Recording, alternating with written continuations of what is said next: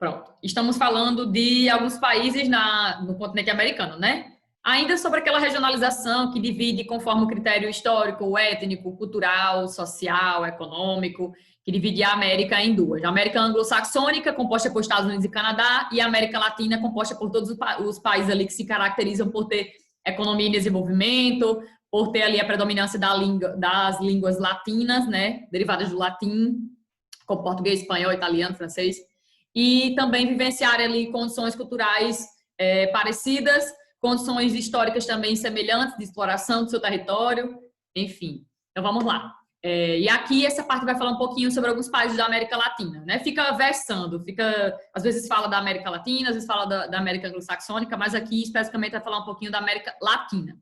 E já tá falando um pouquinho em relação à dependência. Alguns países da América Latina são muito dependentes dos seus recursos minerais, da extração e exportação desses recursos minerais, como, por exemplo, é o caso aqui de Bolívia, Jamaica, Equador, Venezuela, o próprio Chile, sendo que o Chile tem uma diferençazinha, né? Porque é um dos países que mais crescem na América Latina em níveis econômicos. O Chile não tem uma dependência tão excessiva em relação ao primeiro setor, né? Mas a gente vai ver que ele se destaca em alguns setores dessa questão da extração e exportação de minérios. Como, por exemplo, ele se destaca nessa produção aqui de cobre, ó. Ele é um dos maiores produtores mundiais de cobre do mundo, certo? Mas, todavia, em outros países da América Latina, a gente vai ver que eles são dependentes da extração e da exportação, e além deles serem dependentes, muitas vezes eles não têm tecnologia suficiente na extração, no beneficiamento, que é a separação ali da rocha com o mineral, no processamento do mineral para exportar. E aí, muitos são dependentes de empresas transnacionais. Vamos falar já disso aí, né? E aí, ó, acaba que eles se tornam dependentes de empresas que pertencem a países desenvolvidos, que vêm lá para o seu território, extrai aquele recurso, ganha ali, né, grande parte das riquezas, da extração, do processamento, enquanto o país fica com uma pequena parte, né, uma pequena porcentagem das suas riquezas. Tanto que está falando isso aqui, ó. Apesar de possuir muitas jazidas em seu território, esses países aqui, Bolívia, Jamaica, Equador, Venezuela, a maior parte desses países não dispõe de tecnologia suficiente, né? Tecnologia nesse processo de extração, de processamento, de beneficiamento. Quando eu falo de beneficiamento de um mineral, é você separar. Beneficiar um mineral é você separar, porque os minerais são encontrados nas rochas. Ó, toda rocha ela é um agregado sólido de um mineral ou mais. Toda rocha que você vê, ela é formada por minerais, certo? Então, toda vez que você vai extrair ali um mineral do subsolo ou do solo, enfim, você primeiro tem que fazer o beneficiamento. Você vai extrair, na verdade, vai ter que fazer o beneficiamento, que é a separação. Você vai ter que separar o que é rocha do que é mineral, certo? E o mineral, se ele tiver ali uma importância do ponto de vista econômico, né? Ele pode ser processado, né? Transformado em um produto ou exportado de modo bruto também. Enfim, trazendo riqueza para o país. Então, ó, vai dizer aqui o seguinte, que alguns países ele não possuem tecnologia suficiente, também não investem muito em pesquisa, né? Pesquisa científica é extremamente necessário para você desenvolver seu setor econômico. Então, alguns não têm tecnologia suficiente no processo de extração, beneficiamento, enfim, tornando-os, de certa forma, dependentes, vulneráveis, né, às empresas transnacionais. Ou seja, o que é uma empresa transnacional? É aquela que pertence, ela tem uma sede no país de origem, né? Geralmente, uma empresa transnacional, a gente vai encontrar a maior parte delas pertencendo a países desenvolvidos. Mas o que é que caracteriza uma empresa desse tipo, professora? O que é a empresa transnacional? Por exemplo, a Petrobras é uma empresa transnacional, né? E ela, 51% dela é brasileira, é estatal. 51%. 51% do lucro dela é nosso. Mas aí o que caracteriza essa empresa? Ela é uma empresa que possui uma sede no seu país de origem e está toda separada, como é que eu posso dizer? Ela fragmenta seu processo produtivo e em vários outros países e possui filiais, ou seja, como é que eu posso dizer? Vocês sabem o que é filial, não sabe? Sabe o que é filial, sabe? Da empresa? Tipo, sim, ela possui ali uma parte, como é que eu posso dizer? Uma infraestrutura em vários outros países produzindo, né, exportando produtos, enfim, ela está espalhada. O que caracteriza essas empresas é isso. E elas são gigantescas, né? Quando você fala de uma empresa transnacional, você está falando de uma empresa aí no nível gigantesco. Porque é uma empresa que teve condições de expandir seu espaço nacional, né? Seu território nacional. Ela surgiu no país e ela se tornou tão grande que ela espalhou ali diversas diversas indústrias, diversas produções por outros países. Então, são empresas gigantescas. Muitas delas têm uma economia até maior, superior do que países, do que a economia de países, para vocês verem como elas são gigantescas. Então, vamos lá. Então, esses países, alguns países da América Latina, a gente vai encontrar uma grande gama aí de recursos minerais, mas muitos deles são países que não têm um grande desenvolvimento econômico e, portanto, eles não investem muito em pesquisa, não dominam o processo de extração, de processamento, de beneficiamento dos minérios. E aí, quem acaba fazendo isso, esse trabalho, são as empresas transnacionais. Né? A gente vai falar já o caso da Venezuela. Isso acontece muito com a Venezuela, que é um país rico em petróleo, né? Rico em petróleo, em ouro, diamante, mas principalmente petróleo. Sendo que grande parte do processo de extração do petróleo, do processamento do petróleo, do beneficiamento, enfim, é feito por empresas transnacionais e não por empresas nacionais da Venezuela. Quando eu digo nacional, empresa nacional, estou falando de empresa estatal, tipo a Petrobras, né, que é uma empresa estatal brasileira, pertence ao Estado brasileiro. 51% dela é brasileira, certo? Pertence ao nosso Estado. E aí, ó, aqui vai citar o caso do Chile, né, que é um dos países da América Latina que tem, sim, um grande potencial mineralógico, é um dos grandes produtores mundiais no caso do cobre, o cobre, que é um mineral,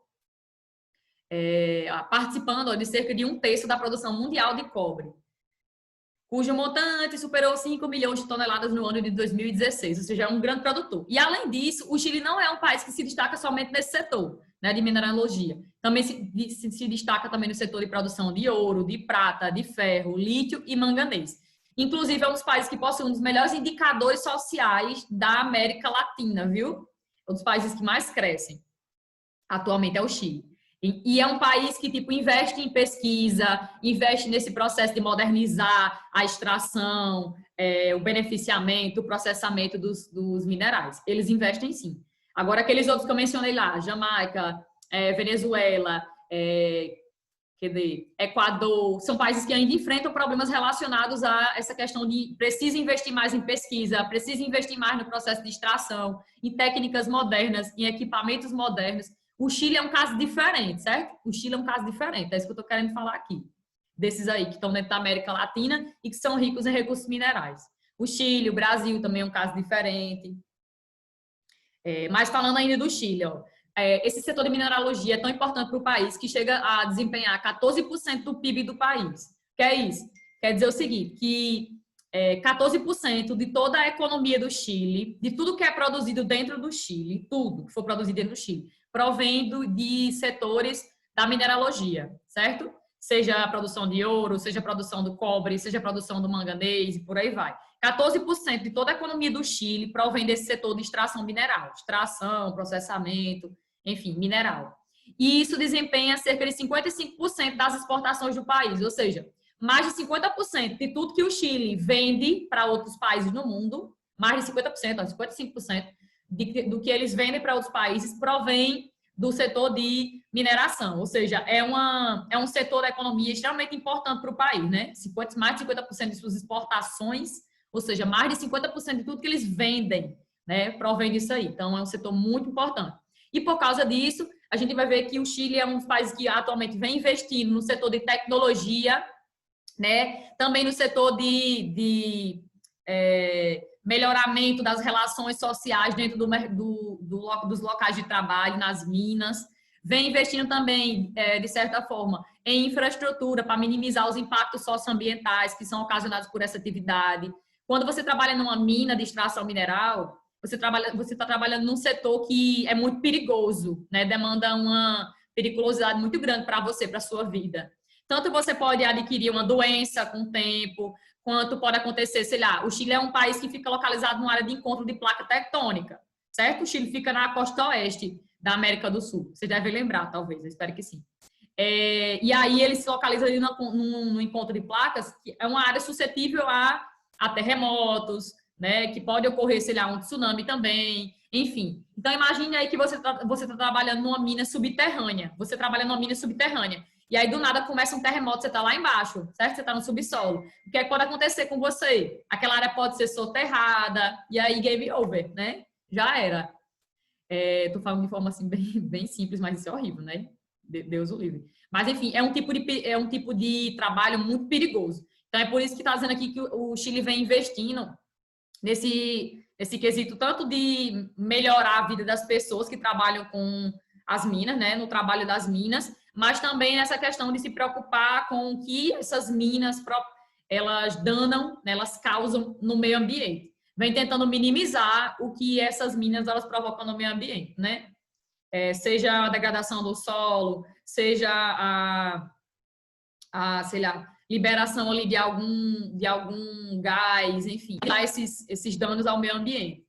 E sem contar que vem tentando também modernizar o setor produtivo, porque quanto mais ela se moderniza, quanto mais um país se moderniza, tanto no quesito de técnicas, né, de extração, de processamento, de beneficiamento, quanto no setor também de se modernizar, no sentido de máquinas mais modernas, enfim, mais o país ele tem uma maior produtividade. Então, um dos países que mais vem adotando aí medidas estratégicas para se desenvolver, né? Até porque a gente já viu aqui que mais de 50% de tudo que o Chile vende, exporta para fora, provém disso aí, né?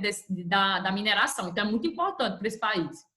E outra coisa que o livro vai destacar aqui é que o local que a gente vai encontrar no Chile uma maior concentração de recursos minerais e de exploração mineral vai ser no deserto de Atacama. O Chile tem um deserto chamado deserto de Atacama, que é o deserto mais seco do mundo. Ele é o mais árido do mundo. E o que faz, um dos fatores que provoca ele ser um deserto muito seco, né, o deserto mais seco do mundo, é porque grande parte dos ventos, né, carregados de umidade, que deveriam chegar na região, não chegam por causa do relevo montanhoso dessa costa oeste da América do Sul. Lembram da Cordilheira dos Andes, que se localiza na parte oeste da América do Sul? A cordilheira meio que barra os ventos carregados de umidade, né, para algumas áreas, tornando mais secas. O relevo, na verdade, ele age como uma barreira, né? Ele barra os ventos. Quanto mais alto o relevo, né, mais ruim fica a situação ali de quem estiver do outro lado, né? Que aí ele acaba barrando os ventos úmidos que levam chuvas. E também torna o local mais úmido, obviamente. Ok, belezinha?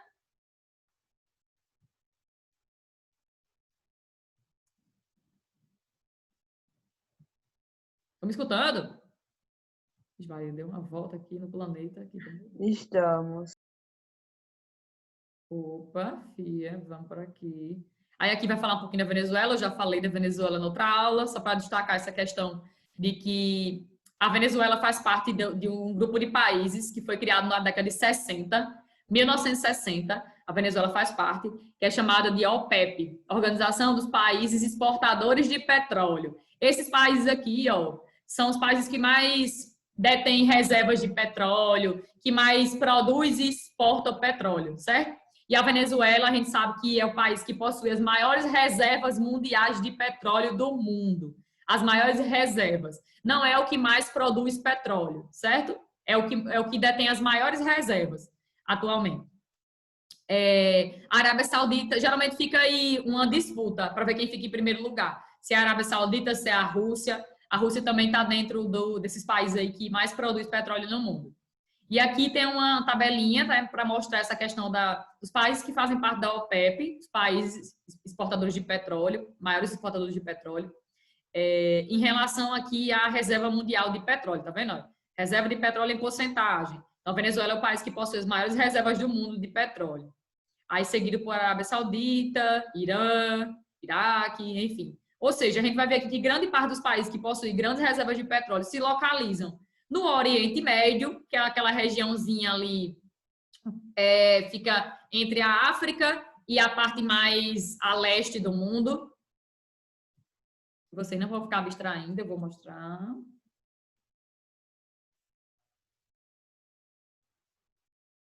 O Oriente Médio é uma região aqui da Ásia, quase uma Ásia central, né? Essa parte aqui, ó, que pega a Arábia Saudita, Iraque, Kuwait, cadê Catar? Catar tá por aqui, Catar, Emirados Árabes Unidos, Omã, Iêmen, tá vendo? Israel, Jordânia, Síria, pega um pouquinho da Turquia, Irã, Azerbaijão, Armênia. Vai pegando aqui alguns países. Então, o Oriente Médio é uma das regiões mais ricas em petróleo do mundo. Cerca de 50% do petróleo do mundo se localiza aqui no Oriente Médio. É por isso que muitos conflitos ocorrem no Oriente Médio.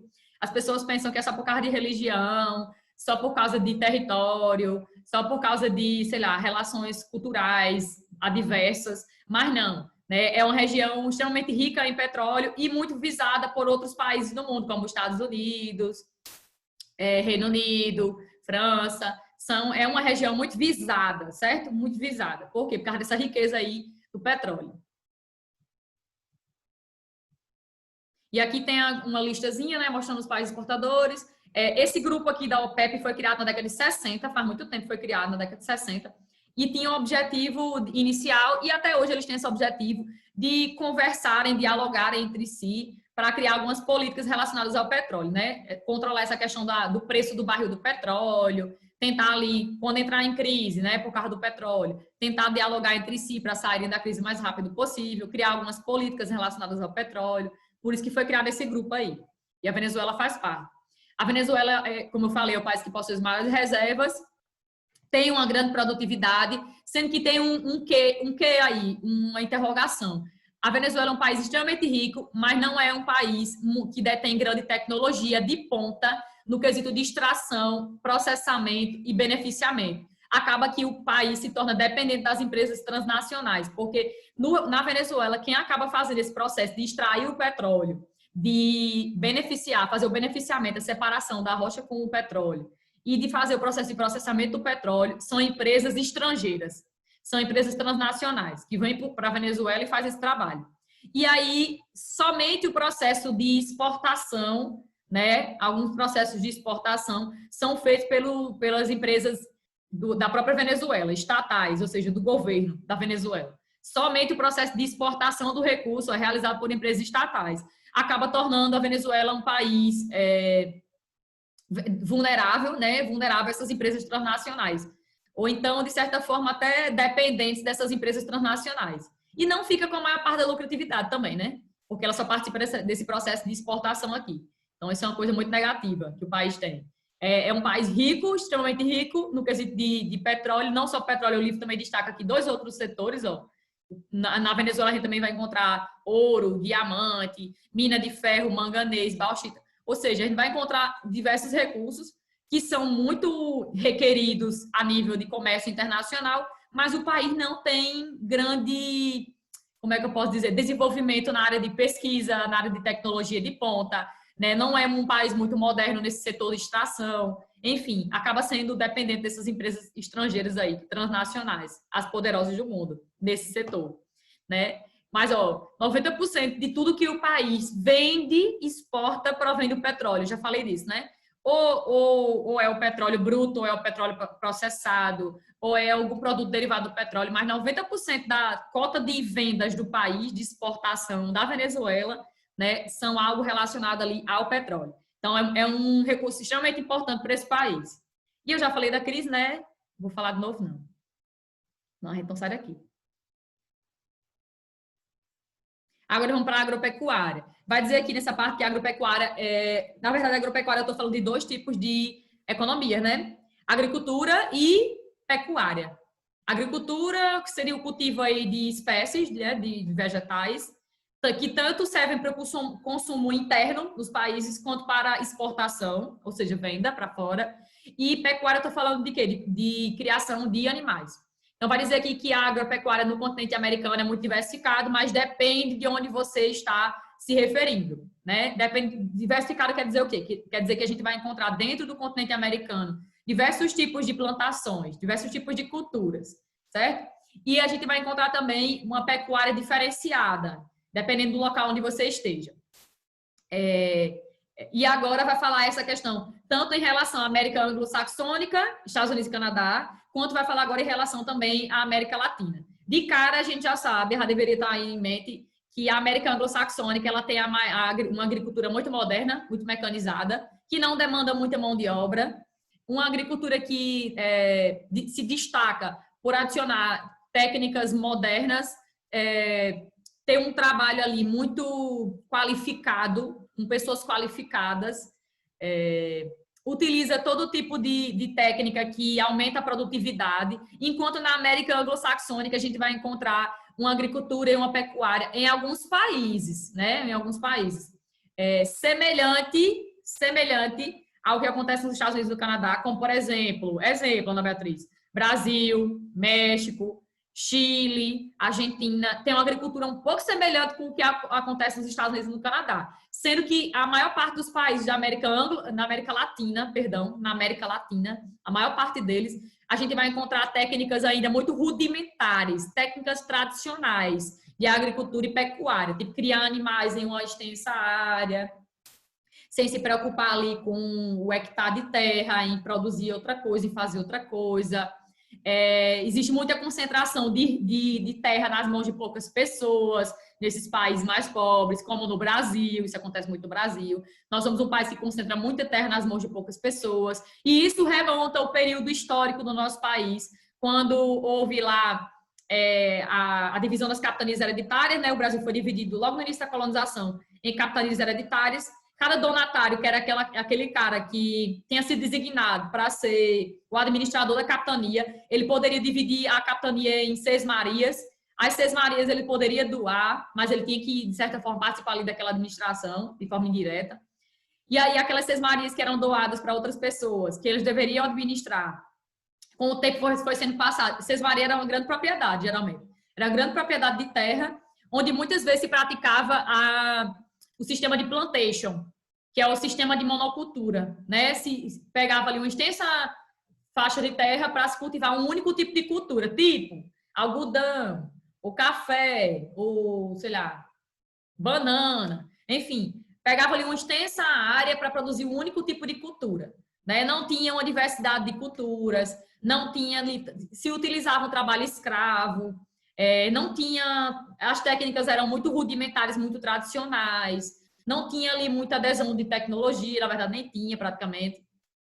E esse sistema de sesmaria, de extensas propriedades monocultoras, que eram chamadas de plantations, né, eram as plantations, foi passando de geração em geração, e hoje a gente tem no Brasil um sistema de concentração de terra muito grande, que é um dos problemas do nosso país. O Brasil precisa urgentemente discutir e fazer a reforma agrária do país. Reforma agrária é o processo de redistribuição das terras. O nosso país precisa fazer a reforma agrária. Desde 1950, o Brasil vem discutindo já a reforma agrária, mas nunca foi feito nada, praticamente. Seria redistribuir as terras, né? O governo deveria ali comprar aquelas terras que são ociosas, que ninguém faz nada, geralmente é uma pessoa rica que é dona de uma extensa faixa de terra, que aquilo ali foi passando de geração em geração para ele, né? De família para família, foi passando de pai para filho, por aí vai. Isso desde o processo de colonização. Aí aquela pessoa detém uma enorme quantidade de terra, enquanto a gente tem milhares de pessoas que não têm um pedaço de terra para cultivar, para morar, para se sustentar. E aí o que é que o governo deveria fazer? Redistribuir as terras, né? Comprar essas terras aí ociosas, enormes, nas mãos de poucas pessoas e redistribuir. E financiar a produção. O governo deveria fazer isso. Isso é chamado de reforma agrária. Então, em muitos países da América Latina, a gente vai vivenciar grandes concentrações de terras. O nosso país é um desses, né? Que grita. A concentração de terra é uma coisa assim que grita na cara do brasileiro. Que isso reflete naquele probleminha que a gente já falou, que é a distribuição da riqueza, né? Onde a gente tem a riqueza concentrada nas mãos de poucas pessoas, enquanto a maior parte das pessoas não detém quase nada. E o rico cada vez fica mais rico, e o pobre cada vez fica mais pobre. É assim, né? É assim que acontece. Eu tô falando muito rápido? Tá dando para entender? Tá dando para entender. Não, tá normal. Tá normal. Tá normal. Ok, então vamos lá. Vamos falar o que é que a América anglo-saxônica se diferencia desse setor de agricultura e de pecuária e o que é que a gente vai encontrar dentro da América Latina, agora já de modo mais específico. Na América anglo-saxônica, a gente vai encontrar técnicas de agricultura modernas, né, que empregando técnicas modernas como a seleção de sementes, seleciona as melhores sementes para se cultivar, uso intensivo de fertilizante, que serve para corrigir o solo. O solo está muito ácido. Vamos colocar um fertilizante ali para retirar aquela acidez daquele solo. Aquele solo ali está infértil. Vamos colocar um adubo químico ali para corrigir aquele solo. Então, se adiciona muito fertilizante para corrigir o solo. Se preocupa com essa questão de corrigir solo. No Brasil, não. No Brasil, o que é que se faz? É muito comum que fazem no Brasil. Vamos queimar a vegetação e a gente cultiva em cima. Queima e cultiva em cima. Porque vai ser ótimo para o solo. O solo, ele adora você queimar o solo. Você queima ele, né? Você não está retirando ali a fertilidade dele, não, né? Você não está destruindo ele. Mas, enfim, o brasileiro pensa que quando queima a vegetação ali e cultiva, tá perfeito. Mas não, está fazendo coisa errada. Então, ó, o que é que se faz nesses países da América Anglo-Saxônica, Estados Unidos e Canadá? Seleciona as melhores sementes, corrige o solo, que seria o modo correto. E aí vem essa questão do agrotóxico, né? Se utilizam agrotóxicos na produtividade, para aumentar a produtividade. O agrotóxico, ele serve para matar aquela praga que está querendo infestar ali aquela produção, né? Ele evita alguma doença também na produtividade, né? Ali nas espécies. Então, ele serve para isso. E o Brasil é um dos países que mais libera agrotóxico do mundo, né? Sendo que você sabe que um produto que é fruto de agrotóxico, aquela bananinha que você comprou, aquela maçã que você comprou na feira, a mamãe comprou na feira, que ela é fruto de agrotóxico, é um produto que ele pode, no futuro, dar câncer na gente, né? E várias outras doencinhas que podem surgir. E a longo prazo a gente ainda não tem muita certeza, quer dizer, a curto prazo a gente não tem muita certeza o que é que pode acontecer com a gente. Mas você está consumindo um produto ali, fruto de um produto tóxico, né? Que foi colocado, um produto químico foi colocado ali para que aquela espécie seja resistente a um tipo de praga, né? Um tipo ali de praga que infesta a produção. Então, aquele produto, ele tem aquela fruta, aquele vegetal, ele tem um produto químico adicionado ali, e você vai comer ele. Mas isso não acontece lá não, né? Isso não acontece nos Estados Unidos e no Canadá não, isso acontece no mundo todo. E o Brasil é um dos países que mais libera agrotóxico do mundo. Saiu até uma notícia recentemente dizendo que o Brasil tinha liberado não sei quantos agrotóxicos que nem na Europa a galera queria mais usar porque era muito prejudicial à saúde. Mas aqui no Brasil estava liberado para usar. Então assim, né? O que vai ser da gente no futuro? Só Deus sabe. Só Deus sabe. Mas nós somos uma terra que é conhecida por liberar agrotóxicos que em países desenvolvidos não se liberam porque sabe o risco que isso pode ocasionar à saúde. Mas aqui no Brasil é liberado. O que é que mais acontece na América Anglo-Saxônica? Alto grau de mecanização, mas esse alto grau de mecanização, ou seja, utiliza muitas máquinas que conseguem trabalhar por muitas pessoas ao mesmo tempo. Isso é bom para o grande produtor, né? Para a pessoa que é dono da terra, lógico. Mas isso é uma coisa negativa do ponto de vista de emprego, né? Porque não permite ali que muitas pessoas ingressem naquele mercado de trabalho. Então, coisa positiva e coisa negativa ao mesmo tempo. Aumenta a produtividade, aumenta você utilizar muitas máquinas na produção, verdade, aumenta. Aumenta a sua produtividade. Mas também tem essa questão do que gera desemprego, né? No campo, gera desemprego na área rural. Aí diz aqui que esses países da América Anglo-Saxônica produzem muitos produtos, tanto para o mercado interno quanto para o mercado externo. Do mercado interno se destaca a produção de trigo, soja, centeio, cevada e outros produtos. Enquanto para o mercado externo, eles são grandes exportadores de grãos, né, como soja, milho, trigo, enfim, principalmente os Estados Unidos, que possui a agricultura mais moderna do mundo e a maior produção de alimentos do mundo. Professor, o meu tinha saído só, tá bom? Ah, tá bom. Tudo bem. Em relação à pecuária, os dois países da América Anglo-Saxônica também se destacam por adotar alta tecnologia, a tecnologia avançada, como no processo de inseminação artificial, modificação genética das espécies, para aumentar a produtividade, enfim. Tudo isso serve para que eles lucrem cada vez mais, né? Mas tem a parte negativa, né? Se vocês assistirem alguma vez algum documentário falando sobre produção animal, vocês vão ver o quanto é cruel. Mas, enfim, não vou entrar nisso agora, não. Procurem saber como a carne chega no prato de vocês. Como a carne chega no prato de vocês. Qual é o processo da carne, né? Desde o processo de criação, o abate, a chegar no pratinho de vocês bem bonitinho, certo? É terrível. O processo é terrível. Agora, América Latina. Dentro da América Latina, enquanto na América Anglo-Saxônica a gente viu lá uma agricultura e uma pecuária muito moderna, que adiciona muita técnica, muito mecanizada, se utiliza muitas máquinas, né? Se procura corrigir desde o solo, a se praticar a inseminação artificial de algumas espécies de animais para aumentar a produção. Aqui na América Latina a gente vai ver que alguns países se destacam mais e outros se destacam, e grande parte, na verdade, se destacam menos, ou aplicar técnicas mais rudimentares, mais tradicionais, que tem muita mão de obra, não tem muita técnica moderna e não consegue ter uma alta produtividade, como acontece nos Estados Unidos e no Canadá. E o sistema é muito parecido, ó, que fala das plantations de novo, né? O sistema da grande parte dos países da América Latina ainda é um sistema muito rudimentar, baseado na época das plantations, que seriam aquelas grandes propriedades monocultoras, que só pratica ali, só cultiva um único tipo de produto, né? Um único tipo de cultura. Açúcar, como o açúcar, banana, café, destinado à exportação. Uma das características das plantations na época da colonial era que elas eram grandes propriedades, se produzia um único tipo de cultura para exportação. Ela não era uma produção voltada para o mercado interno, era voltada para o mercado externo. E grande parte desses países ainda persiste nessa lógica aí colonial, de produzir em grandes propriedades para o mercado externo. Aqui cita alguns países, ó. Atualmente em muitos países como Colômbia, Paraguai, Cuba, Guatemala, continuam economicamente dependentes da exportação de produtos agropecuários, como o café, cacau, cana-de-açúcar e banana, utilizando técnicas tradicionais que resultam em baixa produtividade, o contrário do que acontece na América Anglo-Saxônica. Em contrapartida, eu disse que era diferente, né? Tinha alguns países que se destacavam mais, como Brasil, Argentina, México e Chile. Esses aqui são considerados países de economias em desenvolvimento que se destacam na produção agropecuária, porque adicionam mais técnicas no processo produtivo, mais maquinários no processo produtivo e também, de certa forma, utiliza aí uma tecnologia um pouco mais elaborada, mais aprimorada do processo produtivo do que em outros países, a maior parte dos países da América Latina. É isso que está falando aqui. E resultando na maior produtividade para esses países, obviamente. Indústria.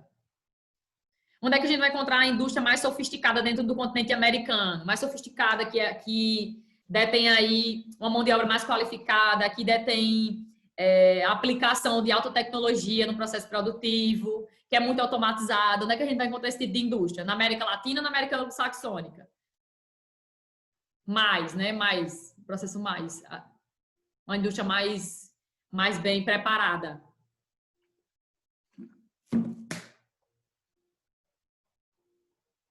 Ainda que está faltando 1 minuto. Menos de 1 minuto. Mas vai dar certo. Vou continuar e depois a gente termina.